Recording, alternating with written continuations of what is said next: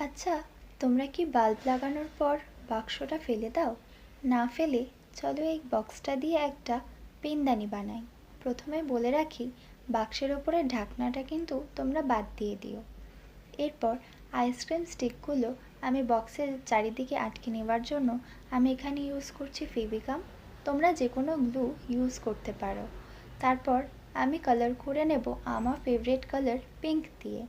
আচ্ছা, তোমাদের favourite colour কি আমাকে কিন্তু কমেন্টে জানিও।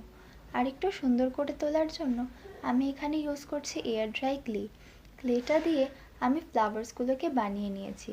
এরপর গ্লু দিয়ে ফ্লাওয়ার্সগুলোকে স্টিক করে নিলাম। অ্যান্ড ফাইনালি খুব সহজেই তৈরি হয়ে গেল আমার এই পেনদানিটা।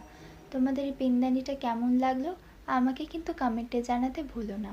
ভালো লাগলে একটা লাইক করে দিও। তোমরা সকলে খুব ভালো থেকো। Bye bye.